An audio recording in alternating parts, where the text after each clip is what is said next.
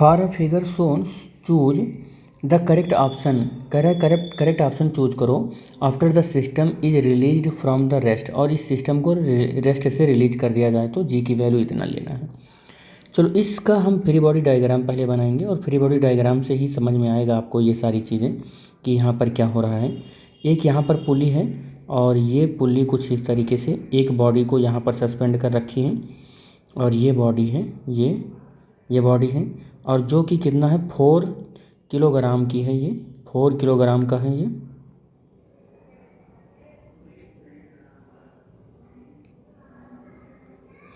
अगर ये 4 किलोग्राम का है तो एक बात ये भी याद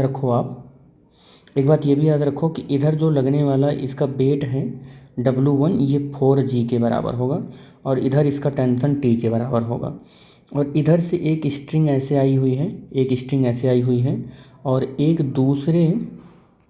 दूसरे किस पर लगा हुआ है ये, एक मिनट,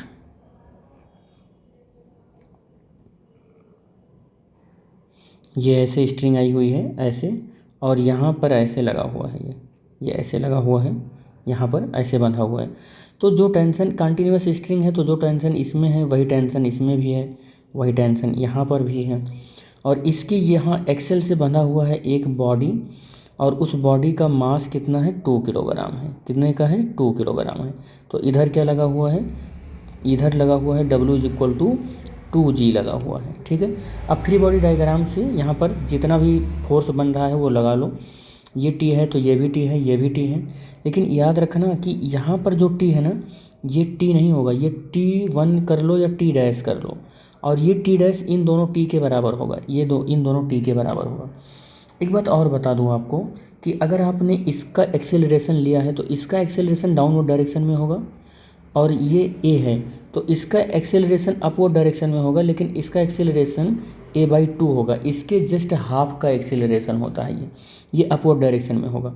इस वाले के लिए अगर फ्री बॉडी डायग्राम से इक्वेशन लिखते हो आप तो ये हो जाएगा 4G - T = 4A हो जाएगा, क्योंकि आपको पता है कि ये कितना हो जाएगा W1 - T = F नेट और F नेट क्या हो जाएगा ma होगा और इसका एक्सेलरेशन।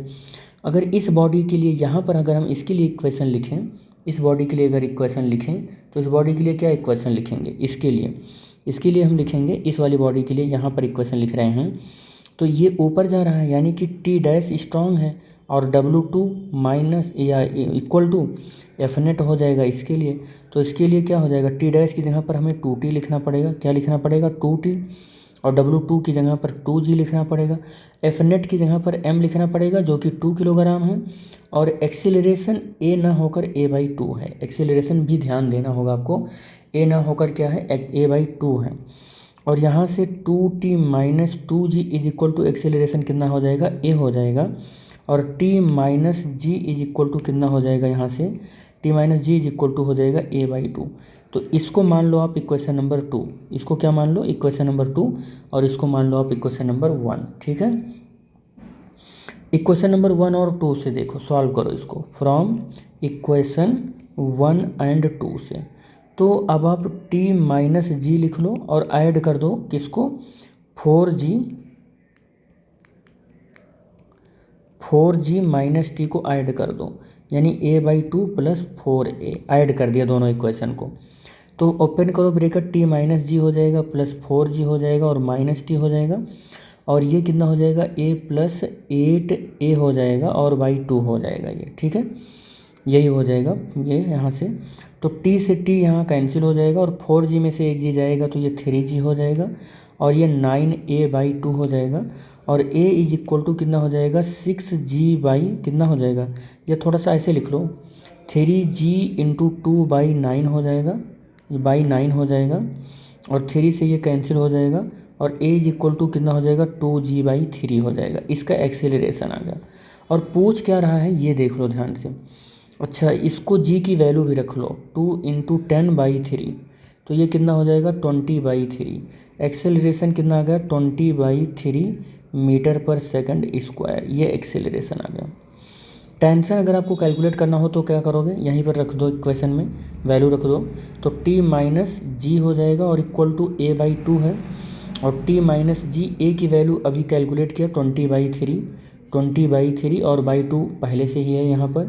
तो टी इक्वल टू ये कितना हो जाएगा 20/6 हो जाएगा और प्लस जी हो जाएगा।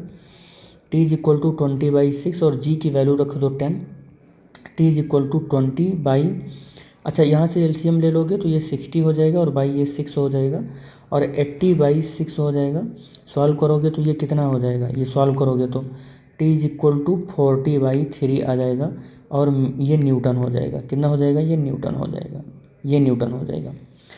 तो ये सारी बातें मिल गई। यहाँ ये एक्सेलरेशन कितना आया इसको नोट कर लो भाई। ये एक्सेलरेशन आ गया है, ये एक्सेलरेशन आ गया है 20/3 मीटर पर सेकंड स्क्वायर।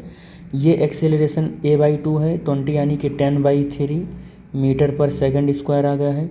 ये टेंशन कितना आ गया है, ये टेंशन आ गया है 40/3 न्यूटन आ गया है। ये टेंशन कितना हो जाएगा, ये टेंशन उसका जस्ट डबल हो जाएगा तो 80/3 न्यूटन हो जाएगा। चलो अब इस क्वेश्चन के आंसर दो। कह रहा है कि magnitude of the acceleration of the 2 kilogram, जो ये 2 किलोग्राम बॉडी है इसका मैग्नीट्यूड ऑफ एक्सेलरेशन कितना है। तो इसका तो एक्सेलरेशन इस 2 किलोग्राम वाले का एक्सेलरेशन कितना है जी, तो इसका एक्सेलरेशन देखो मैग्नीट्यूड 2 किलोग्राम वाले का एक्सेलरेशन a/2 है तो a/2 का कितना है 10/3 है। कितना है 10/3 है। तो 10/3 है तो इसका ये वाला ऑप्शन कह रहा है कि 20/3 है, नहीं गलत है, ये 10/3 है, ये वाला गलत होगा क्योंकि यहाँ पर हम देख रहे हैं 10/3 है। Magnitude of acceleration of the 4 kilogram, देखो 4 किलोग्राम वाली बॉडी का, यहाँ पर इस वाली बॉडी का कह रहे हैं मैग्नीट्यूड ऑफ एक्सेलरेशन कितना है, वो 10/3 है। 10/3 नहीं, इसका तो 20/3 है, तो ये भी गलत हो गया, ये भी गलत हो गया, ठीक है, ये भी गलत हो गया, ठीक, क्योंकि इसका 20/3 है। कह रहा है tension in the thread joining 4 kilogram block, कह रहा है कि टेंशन अगर हम 4 किलोग्राम ब्लॉक, ये 4 किलोग्राम वाले ब्लॉक का अगर टेंशन की बात करें तो कह रहा है 40/3 न्यूटन है। तो भाई हाँ, ये तो 40/3 न्यूटन है, 40/3 न्यूटन है, क्योंकि ये 40/3 है तो ये भी 40/3 होगा न्यूटन और ये भी 40/3 न्यूटन है, तो ये वाला ऑप्शन क्या हो गया, सही हो गया। फिर कह रहा टेंशन इन द थ्रेड, कह रहा जो टेंशन है थ्रेड में, और जो कौन सा थ्रेड है जो 2 किलोग्राम वाली बॉडी को ज्वाइन कर रहा है, ये जो ज्वाइन कर रहा है 2 किलोग्राम वाली बॉडी को, कह रहा है इसमें टेंशन 80 यानी 80/3 है, 80/3 न्यूटन है, हाँ इतना ही है, तो ये वाला सही होगा, ये वाला सही हो गया और बी, ए और बी गलत हो गया, ए और बी क्या हो गया, गलत हो गया, ठीक है।